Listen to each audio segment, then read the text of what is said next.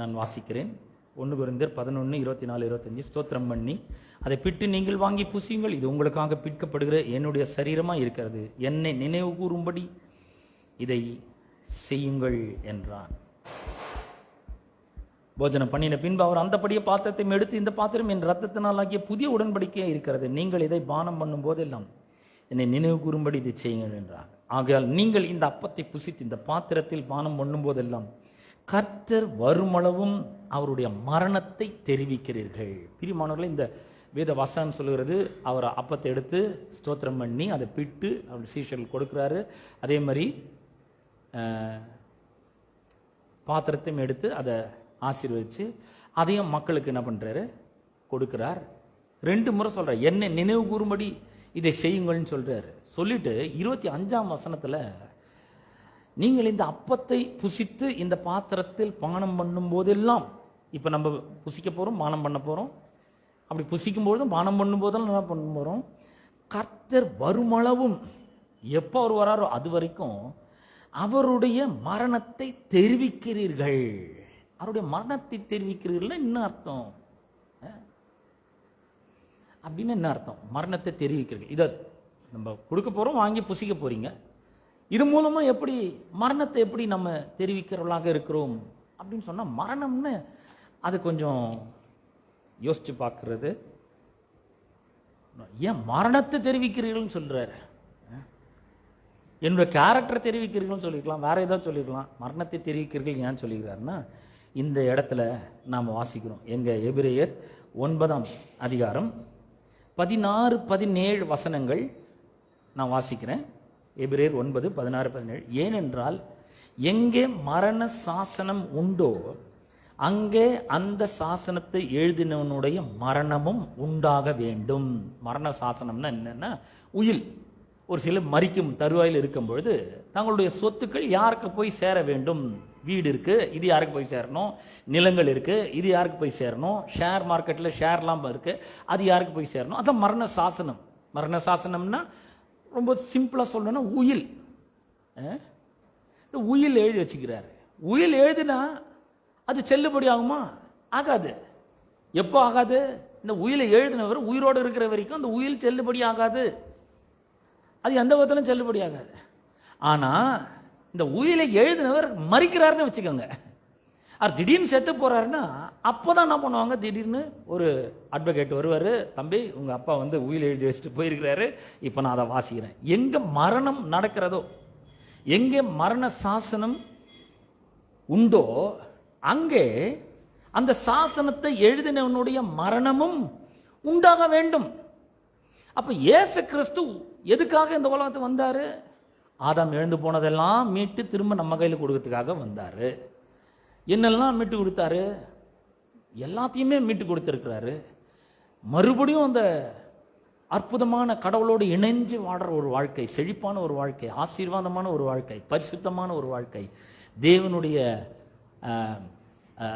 Guidance, வழிகாட்டுதலை பெற்று வாழக்கூடிய ஒரு வாழ்க்கை. அந்த மாதிரி ஒரு அற்புதமான வாழ்க்கை அவர் நமக்கு திரும்ப தந்திருக்கிறார். புதிய உடன்படிக்கையிலே அவர் எதுக்காக கல்வாரி சிலுவிலே மரித்தாரோ, அவர் எப்ப மரிச்சாரோ அப்பவே அந்த உயிலுக்கு உயிர் வந்தாச்சுங்க. எல்லாம் நம்முடையது. அவர் சொல்றார் எல்லாம் உங்களுடையதுன்றார். அப்ப எங்க இந்த உயில் இருக்கோ அங்க அந்த உயிலை எழுதினுடைய மரணமும் உண்டாக வேண்டும். எப்படி எனில், மரணம் உண்டான பின்பு மரண சாசனம் உறுதிப்படும். எப்ப இந்த உயில் அமலுக்கு வரும்? இந்த உயிலை எழுதினவங்க மறிக்கணும். மரணம் உண்டானதான் இந்த உயிலுக்கு ஒரு உயிர் வரும். எழுதின நபர் செத்துறாரு, ஆனா மரணம் இந்த உயிலுக்கு இப்பதான் உயிரை வருது, இப்பதான் அது அமலுக்கு வருது, உறுதியாகிறது. அதை எழுதினவன் உயிரோடு இருக்கும்பொழுது அதற்கு பலன் இல்லையே. இப்ப நம்ம மரணத்தை தெரிவிக்கிறோம். இதை புசிக்கும் பொழுது மரணத்தை தெரிவிக்கிறோம்னா என்ன அர்த்தம்னா, எனக்காக ஒருத்தர் வந்து மரிச்சிருக்கிறாருங்க, என்னுடைய பாவத்தெல்லாம் மன்னிச்சிருக்கிறாரு, என்னுடைய சாபத்தெல்லாம் அவர் தன் மேல ஏற்று இருக்கிறாரு. அவர் சொல்லிக்கிறாரு எதெல்லாம் என்னதுன்னு சொல்லி இருக்கிறாரு. இதை புசிக்கிறது மூலமா அதெல்லாம் என்னதுன்னு நானும் சொல்றேன். ஏன்னா அவர் மரிச்சிருக்கிறாரு, எனக்காக மரிச்சிருக்கிறாரு. அவர் எதெல்லாம் நம்முடையதுன்னு சொல்லி இருக்கிறாரு. 1 கொரிந்தியர் 3ஆம் அதிகாரத்தில் 21ஆம் வசனத்தை வாசிக்கிறேன். 1 கொரிந்தியர் 3ஆம் அதிகாரம் 21ஆம் வசனம், இப்படி இருக்க ஒருவனும் மனுஷரை குறித்து மேன்மை பாராட்டாது இருப்பானாக, எல்லாம் உங்களுடையதே. ஹலோ, அவரா சொல்லிட்டாருங்க, எல்லாம் உங்களுடையதுன்னு.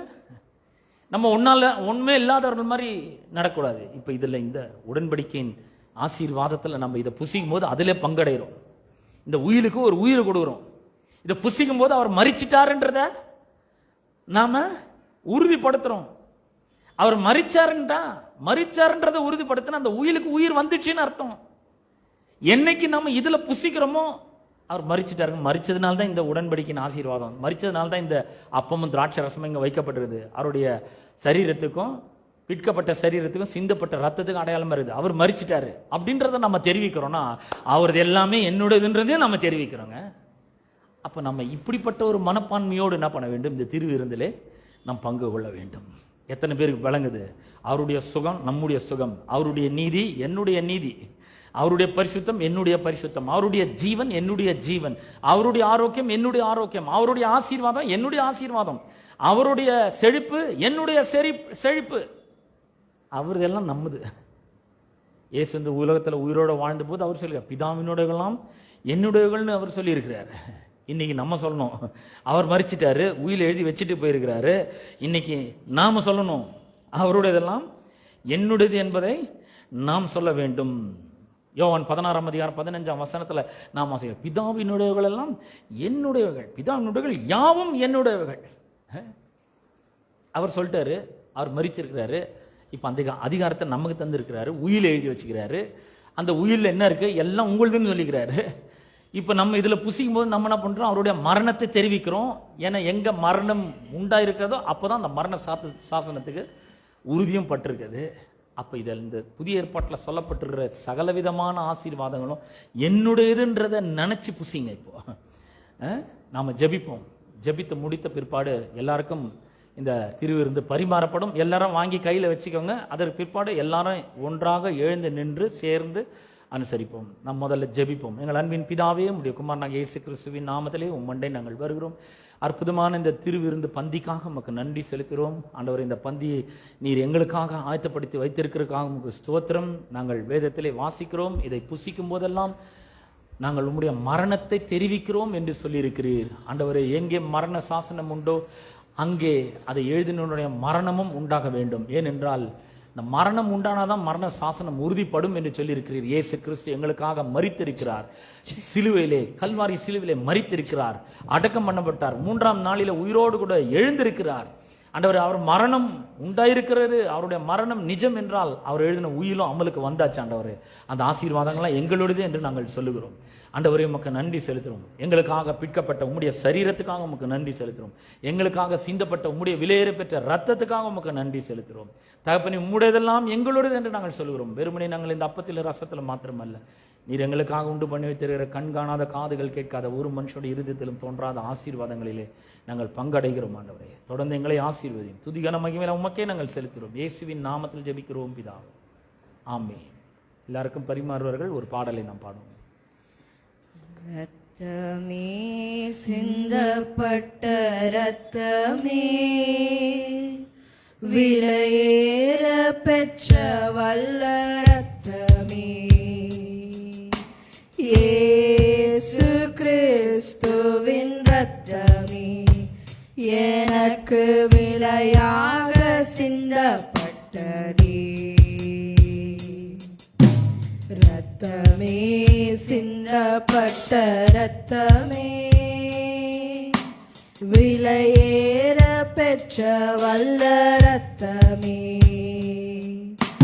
இயேசு கிறிஸ்துவின் ரத்தமே, எனக்கு விலையாக சிந்தப்பட்டதே. பாவங்கள் யாவையும் கழுவி என்னை பரிசுத்தமாக்கின வல்ல ரத்தமே, பாவங்கள் யாவையும் கழுவி என்னை பரிசுத்தமாக்கின வல்ல ரத்தமே, சுத்தமன சாட்சியை எனக்கு தந்து உயிரை எனக்கு தந்து சுத்திகரித்த பரிசுத்த ரத்தமே, சுத்திகரித்த பரிசுத்த ரத்தமே, ரத்தமே சிந்தப்பட்ட ரத்தமே, விலையேற பெற்ற ரத்தமே, ரத்தமே சிந்தப்பட்ட ரத்தமே, எனக்கு விலையாக சிந்தப்பட்டதே. நாம் யாரும் எழுந்து நிற்போம். நான் உங்களிடத்தில் ஒப்புவித்ததை கர்த்தரிடத்தில் பெற்றுக்கொண்டேன். என்னவெனில், அவர் தாம் காட்டி கொடுக்கப்பட்ட அன்று ராத்திரியிலே அப்பத்தை எடுத்து அதை ஸ்தோத்திரம் பண்ணி பிட்டு, நீங்கள் இதை வாங்கி புசியுங்கள், இது உங்களுக்காக பிற்கப்படுகிற என்னுடைய சரீரமாய் இருக்கிறது, என்னை நினைவு கூறும்படி இதை செய்யுங்கள் என்றார். நாம் இந்த அப்பத்தை புசிப்போம். போஜனம் பண்ணின பின்பு அவர் அந்தப்படியே பாத்திரத்தையும் எடுத்து, இந்த பாத்திரம் என் இரத்தத்தினால் ஆகிய புதிய உடன்படிக்கையாய் இருக்கிறது, இதை பானம் பண்ணும் போதெல்லாம் என்னை நினைவு கூறும்படி இதை செய்யுங்கள் என்றார். நாம் இந்த பாத்திரத்தில் பானம் பண்ணுவோம்.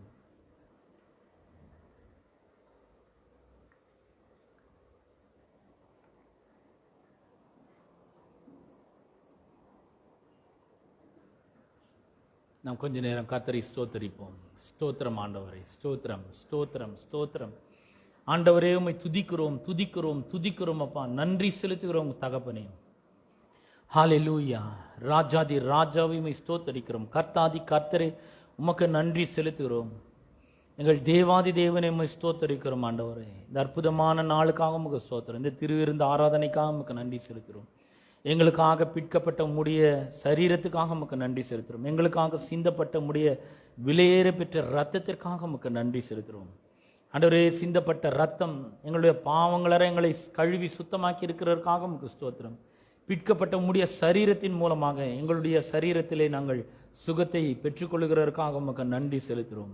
உம்முடைய தழும்புகளாலே நாங்கள் ஏற்கனவே குணம் ஆனோம் என்று உம்முடைய வார்த்தை சொல்லியிருக்கிறது ஆண்டவரே. இந்த அருமையான நாளுக்காக உமக்கு ஸ்தோத்திரம் ஆண்டவரே. இந்த திருவிருந்திலே பங்கு கொள்ளும்படியாக எங்களுக்கு நீர் கொடுத்த கிருபைக்காக ஸ்லாக்கியத்துக்காக உமக்கு நன்றி செலுத்துகிறோம் ஆண்டவரே. இதில் பங்கு கொண்ட ஒவ்வொருவருக்காக நான் ஜெபிக்கிறேன் ஆண்டவரே. இதில் பங்கு கொள்ளும் பொழுது நீர் இவர்களுக்காக உண்டு பண்ணி வைத்திருக்கிற கண் காணாத காதுகள் கேட்காத ஒரு மனிதனுடைய இருதயத்திலும் தோன்றாத ஆசீர்வாதங்களிலே இவர்கள் பங்கடைந்திருக்கிறதற்காக உமக்கு ஸ்தோத்திரம் ஆண்டவரே. உம்முடையதெல்லாம் அவர்களுடையதாய் மாறி இருக்கிறதற்காக உமக்கு ஸ்தோத்திரம். வரும் நாட்களிலே ஜனங்கள் ஆண்டவரே மிகப்பெரிய செழிப்பிலும் ஆசீர்வாதத்திலும் ஆண்டவரே நீர் உண்டு பண்ணி வைத்திருக்கிற நன்மைகளிலும் பெற்றுக்கொண்டு வாழ நீர் உதவி செய்யும்படியாய் நாங்கள் ஜெபிக்கிறோம். தொடர்ந்து எங்களை ஆசீர்வதியும். துதி கனம் மகிமை எல்லாவற்றும் ஒருவருக்கே நாங்கள் செலுத்துகிறோம். இயேசுவின் நாமத்தில் ஜெபிக்கிறோம் பிதாவே, ஆமேன் ஆமேன். நம்முடைய கர்த்தராகிய இயேசு கிறிஸ்துவின் கிருபையும் பிதாவாகிய தேவனுடைய அன்பும் பரிசுத்த ஆவியானவருடைய ஐக்கியமும் பாதுகாவலும் வழிநடத்தலும் என்றும் என்றும் சதா காலங்களிலும் நம் அனைவரோடும் என்றும் இருப்பதாக. ஆமேன்.